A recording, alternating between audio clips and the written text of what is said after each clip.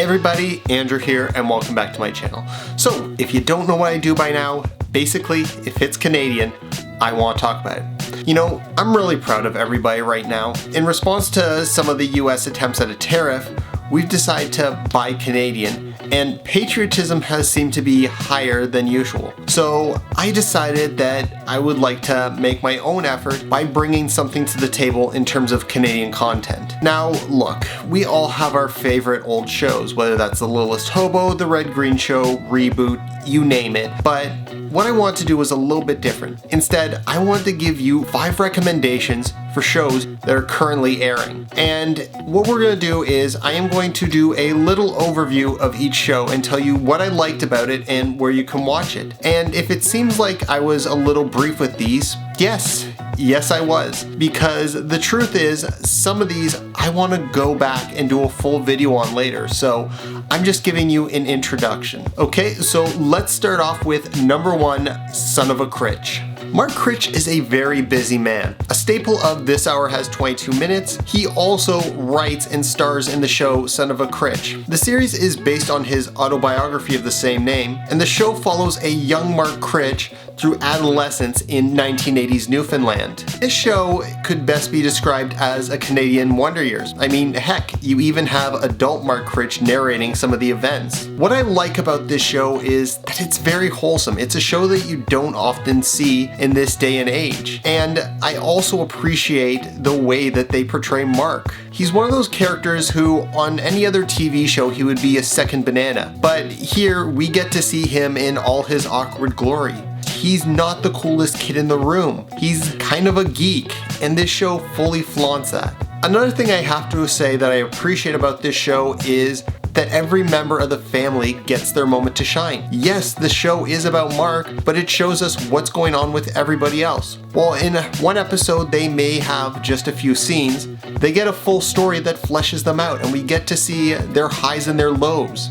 And this is important for 2 reasons. I mean, 1, you have the actual Mark Critch portraying his father, a role that I am pretty sure he has been studying for all his life. And 2, when Grandpa is played by the legendary Malcolm McDowell, you gotta give him a little bit more screen time. I also need to say that I appreciate the way that this show does the 1980s. A lot of times you see that stereotypical neon 80s, but here it's wood-paneled 80s. Now, if the show sounds like your kind of thing, you can watch it over on CBC Gem for free with commercials, or as I understand, it's recently been added to Netflix. Okay, from Newfoundland all the way up to Nova Scotia, we're going into the trades with this next one, The Trades. The Trade sees Trailer Park Boys alumni Rob Wells as Todd, a Red Seal welder who's doing his best to try and bring the plant up to date and into the 21st century, all while hopefully getting himself an on-site manager job. But when the current on-site manager, played by Tom Green, collapses, they send somebody from corporate to take over. And now it's up to Todd to try and bring the plant to a whole new level, otherwise they may be out of a job. What I like about the show is that more often than not, when a workplace comedy is created, it's usually in an office or someplace that's sanitary and safe. Here, it's one of the first times I've seen the trades portrayed on television, and I appreciate that because I know a lot of tradespeople and they work their asses off. So it's nice to see them finally get a little bit of recognition. The other thing I appreciate about this show is that, as someone who's worked around tradespeople, they know the sense of humor. It's crude, it's foul. I mean, you've got Tom Green and Rob Wells on a TV show. What more can you expect? And I appreciate the honesty and accuracy with the sense of humor. I won't say that everything on this show is accurate, but I will say it's at least nice to see something different being brought to the table. Now, if the trade sounds like your kind of thing, you can check it out on Crave, but that's going to require a subscription.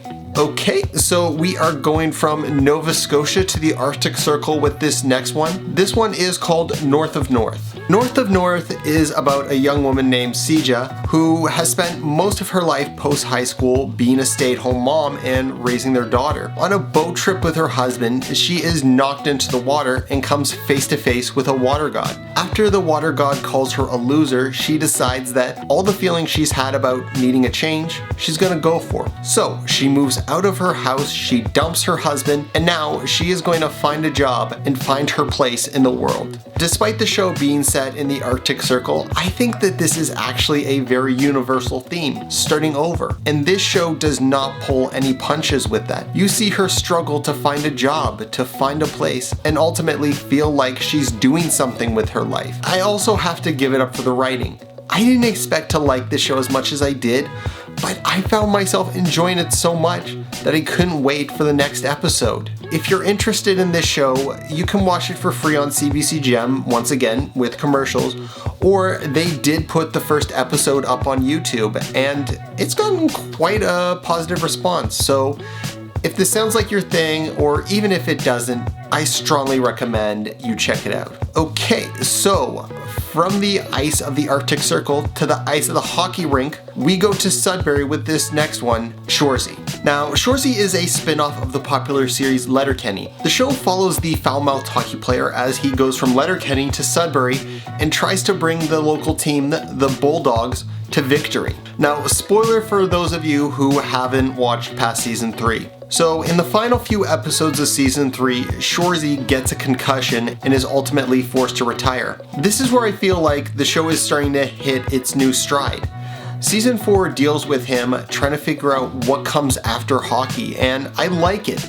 We get to see him experiment with different things, trying to figure out who he is outside of the rink, and we also get to see a sort of torch passing as him and some of the other players start to become coaches both on the ice and off the ice to younger hockey players. Now, if you liked Letterkenny or you're a fan of hockey, I think this show's gonna be it for you. You can watch it on Crave along with the complete run of Letterkenny. Okay, so from Sudbury all the way to Toronto, we're finishing this video off with This Hour Has 22 Minutes. Now, This Hour Has 22 Minutes is a long-standing show on CBC that could basically be summed up as Canada's Saturday Night Live. And with everything that's been going on between the US and Canada, it feels like they have had more material to work with, the impressions seem to have gotten better, and more than anything, I feel like this is one of the few shows that has benefited from all that's happening right now. And I'm pretty sure the thing that kicked it off was that sketch about buying Canadian and how hard it is. It seems like Mark Critch was in rare form that day, as that sketch has been shared numerous times. It was one of the first times This Hour Has 22 Minutes has ever truly gone viral. Now, if you want to see more Canadian comedy from This Hour Has 22 Minutes, you can watch it on CBC Gem. But if you only want to see a few clips, they've decided to share them on their YouTube channel. Okay, so that's gonna do it for me. I hope maybe you found a show that you liked. And hey, if you like what I do on this channel, please consider subscribing. I'm a small YouTuber who's trying to talk about Canadian content, and there aren't a lot like me out there, so any support would be greatly appreciated. Okay, so that's gonna do it for me. I'm Andrew, and I'll see you later.